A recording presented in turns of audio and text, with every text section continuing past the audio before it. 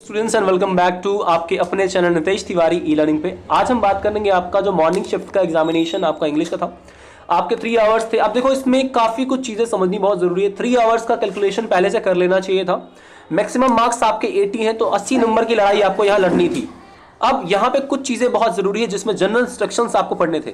Like you have to the paper is divided into the 3 sections. Like section A is a reading comprehension, section B is a writing skill and grammar and section 3 is a literature and all section जो है compulsory है, इनको करना बहुत ज़रूरी था। एक भी चीज़ अगर छोड़ोगे तो काम खत्म। मुझे लगता है कि बहुत सारे जो बच्चे हैं वो इंस्ट्रक्शंस को पढ़ते नहीं और गलतियां कर देते और बहुत सारे क्वेश्चंस को मिस कर देते हैं। आपको वो काम आगे से नहीं करना। और जो बच्चे अब इवनिंग शिफ्ट वाले हैं उनके लिए ये सबक है और सीख है कि ये आपको चीज़ें करनी है। अब तरीका बताता हूं कि रीडिंग कॉम्प्रिहेंशन जो आपका है इसको करते कैसे हैं।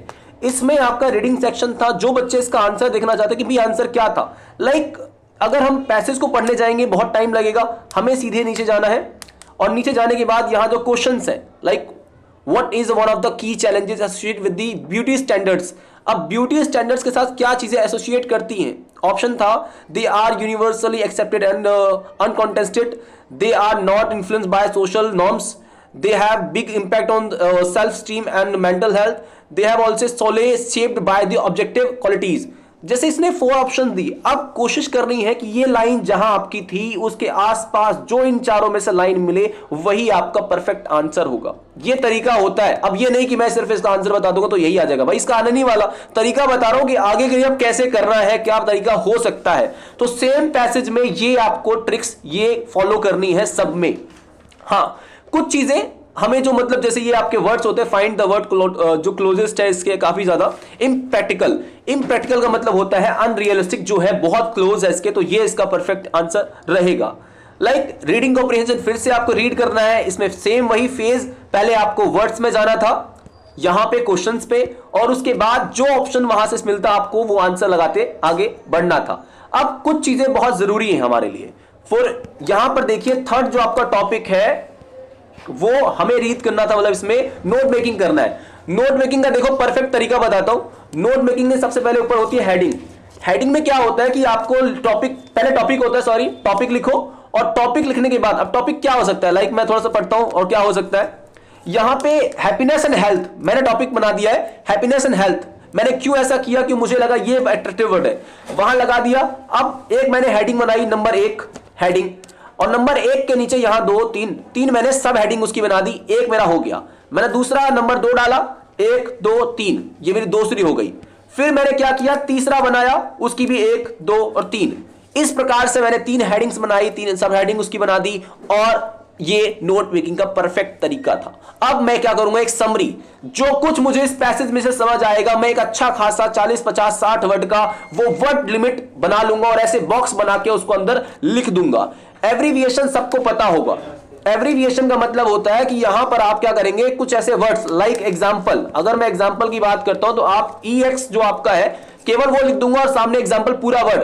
4 से 5 ऐसे वर्ड्स बनाने हैं, वो एब्रीविएशन था। ये आपको फॉर्मेट के नंबर ऐसे दिए जाते हैं। अब कुछ और तरीके क्या हो सकते हैं, हमें और क्या करना है, लाइक क्वेश्चन नंबर आपका 5, क्वेश्चन नंबर 5 में फिल इन द ब्लैंक्स आपके थे। अब थोड़ा सा जिसको बच्चे को नॉर्मल वर्ब का नॉलेज है वो तो कर ही लेगा। सारा finished, her project before the आपका डेडलाइन। डेडलाइन का मतलब होता है समय से पहले किसी काम को कर लेना, तो भाई फिनिश का जगह हो जाएगा फिनिश्ड, क्योंकि काम हो चुका है। दूसरा है while we have dinner last night the power suddenly went out। यहां पे आपका होगा आपका है, क्योंकि वो कर चुके हैं लास्ट नाइट, यहां पे आ जाएगा हैड। क्या आ जाएगा, हैड। ओके, नेक्स्ट आपका फिल इन द ब्लैंक्स, जिसमें by this next year I dash complete my degree will are looking for a job. तो मतलब किस चीज के बारे में, भाई नेक्स्ट ईयर ये बोल रहा है कि by this time next year I will. देखिए यहां पे आपका है, अगर ये year I complete my looking for a job, अगर ये कंप्लीट कर चुका है तो यहां पे ईडी आ जाएगा, कंप्लीटेड वर्ड आप यूज कर सकते हो। अगर ये यहां पे बोल रहा है कि अगर इन फ्यूचर के लिए, तो आप कमिंग वर्ड के लिए कंप्लीटिंग में यूज कर सकते हो। यहां पे नेक्स्ट देखिए क्वेश्चन नंबर आपका जो है 4, इसमें फिल इन द ब्लैंक्स था, they dash work on the new product for the month now. अब यहां पर देखिए कुछ चीजें जो आपको करनी है, दे वर्किंग, यहां पे आ जाएगा दे हैव वर्किंग, तो ये आप लिख दीजिए, ये परफेक्ट रहेगा। क्वेश्चन नंबर आपका 5 है, डू एज डायरेक्टेड, जो वहां बताया गया उस हिसाब से, तो हमें चेंज नेगेटिव में इस सेंटेंस को करना है, they have not seen movie, simple यही आंसर है। सेकंड पैसेज में हमें चेंज करना था, they have built a new bridge across the river, तो यहां पे है आपका किया है रिवर के ऊपर, मतलब थोड़ा चेंज कर दो, मतलब रिवर की जगह ब्रिज की जगह रिवर, और ब्रिज की जगह आपका रिवर की जगह ब्रिज आ जाएगा। उसके बाद देखिए question number 3, transform the sentence using too dash. अब यहां पर देखिए आपको ट्रांसफॉर्म करना था, चेंज करना था, तो आप लिखिए he is you to tired, आपका टायर्ड हो चुका है, टू विन द रेस, यहां पे वो हार चुका है या बहुत थक चुका है तो रेस को जीतने के लिए। 4, change report speech I will help you, यहां पे करना है कि आई विल हेल्प यू, ये आंसर आपका रहेगा, मैंने लिख दिया है, ये आपका परफेक्ट आंसर थे, like this is what you have to do. अब यहां पे बोल रहा है आपका हाईलाइट द रिक्वायरमेंट्स, यहां पे देखिए क्वेश्चन है कि ड्राफ्ट आपको एक एडवर्टाइजमेंट करना है, सबको पता है एडवर्टाइजमेंट ऐसे होता है, यहां पे आपको अपने बारे में थोड़ा बताना था, लुकिंग फॉर द जॉब, जिस प्रकार से जो क्वालिटीज है, जो डिमांड आपकी है वो लिखना था, और आंसर आपका परफेक्ट यही हो जाना था। लाइक आप जाएंगे बी सेक्शन में, यहां पे फिर से आपका एडवर्टाइजमेंट है, जहां पे आपका सुटेबल जो आपका एडवर्टाइजमेंट है वो फ्लैट के बारे में, तो भाई बताओ वेल फर्निश्ड आपका फ्लैट है, बहुत अच्छा फ्लैट है, फ्लैट की ये फीचर्स हैं, ये चीजें हैं, तो आप आराम से कर लोगे।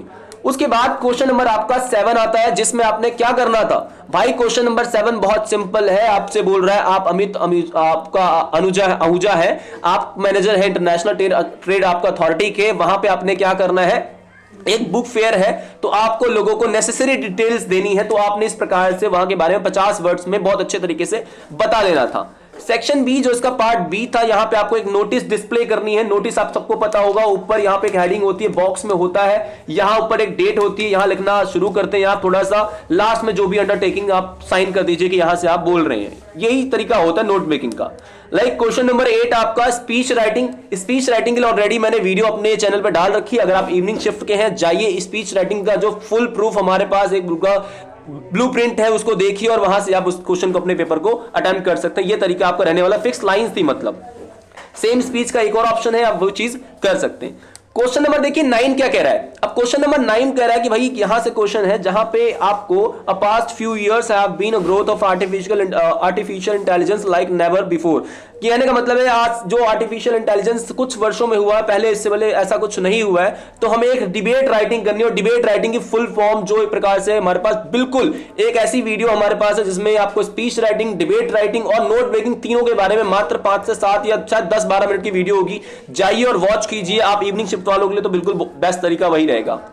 पार्ट बी में देखिए यहां पे हमारा है अगेंस्ट में हमें लिखना है टॉपिक के, तो ये टॉपिक बहुत लंबा है, जिसको पढ़िए, और इसी में से अगर मैं आपकी जगह होता इसमें इसके अगेंस्ट में पहले इसको पढ़ता और इसी अगेंस्ट में लगभग टॉपिक को बनाने का प्रयास करता। ऑल दिस सेक्शन 3, अब सेक्शन 3 जो आपका है यहां पे लिटरेचर है, और लिटरेचर सेक्शन में बेसिकली जब हम बात करते हैं तो आपका ये childhood, when did my childhood गो, यहां पे वो बात कर रहा है किस प्रकार से मेरा बचपन कहां चला गया उसको ढूंढने की बात कर रहा है, तो ये चैप्टर आपका चाइल्डहुड वाले में से था, आपने ये आंसर बताना है। What prompts a speaker reflect on their childhood, तो पहला इसका आंसर है रियलाइज एडल्ट एंड कॉन्सिस्टेंटली जो एक प्रकार से एक्शंस है, वर्ड्स है, लव है, तो ये चीज आपका है। उसके बाद देखिए what does the speaker realise suggest about the adults, क्या उसको लगा, तो their actions and the contradict, जो वो कहते हैं और जो वो करते हैं उसमें कॉन्ट्राडिक्ट है, कॉन्ट्राडिक्ट का मतलब है वो कहते कुछ है करते कुछ है। उसके बाद what might the speaker realisation of signify about the growing up, यहाँ पे चाइल्डहुड का जो इनोसेंस होता है, फरगाइल होता है, उसके बारे में है। उसके बाद और में आपका सम 20s and 30s years later, थोड़ा उसके बारे में बात कर रहा है, तो ये आपके ऑप्शंस थे, आपने कर लिया तो उसकी जरूरत नहीं है। उसके बाद क्वेश्चन नंबर 11 जहां पे हमें कार्टर आपके चैप्टर से था, जिसने थोड़ा सा पढ़ा था तो उसको आप कर सकते थे, ये आपका बेस्ट तरीका था। लाइक यहाँ पे क्वेश्चन आंसर लिटरेचर जो है जिस बच्चे ने करा था, और वही चीजें हैं कि आप उनको बिल्कुल अच्छे तरीके से लिखने का कोशिश किया करो, ज्यादा अगर थोड़ा नॉर्मल भी आता है तो बस अपनी बातों को थोड़ा रखने का प्रयास करो नॉर्मल लैंग्वेज में, तब भी आपको नंबर उसके मिल सकते हैं। यहाँ पे देखिए एक क्वेश्चन बहुत इंपॉर्टेंट मतलब आपका आया हुआ है और काफी ईजी भी है, लाइक दिस वन, और ये तो बार बार बच्चे को करके जाना चाहिए, जिसमें आपका अ पोर्ट्रेट ऑफ लेडी, जिसमें जसवंत सिंह अपनी दादी की बात पूरी बताते हैं, कैसे कैसे उनकी दादी का कैसा फेस है उस चीज के बारे में, और थोड़ा सा, और लेबनम टॉप जो आपका है गोल्ड फिश के बारे में क्वेश्चन काफी ज्यादा आते हैं, इस चीज को करके जाना चाहिए था। अब जो इवनिंग शिफ्ट वाले हैं उनके लिए यही है, ये क्वेश्चन सेम तो नहीं आएंगे, आसपास के क्वेश्चन आपको अटेम्प्ट करने का प्रयास कर रहा है। अब पोयम ऑफ द अर्थ का मतलब है कि मैं अर्थ की ही पोयम हूं, उसको जस्टिफाई रेन कर रहा है, तो ये क्वेश्चन काफी ज्यादा आता है, इसको भी आपको बताना है। और यहां पर एक क्वेश्चन बहुत जरूरी है जो काफी ज्यादा रिपीट होता है और आप सोच सकता है कि इवनिंग शिफ्ट वालों में भी रिपीट मतलब वो हो जाए। तो ये मतलब जो क्वेश्चन है ना, मतलब आप इस चीज को समझिए कि क्वेश्चन आंसर्स को आप अगर थोड़े नॉर्मल लेवल पे भी करते हैं, थोड़ी स्टोरीज अगर याद कर लेते हो, समरी याद कर लेते हो, that is the best way.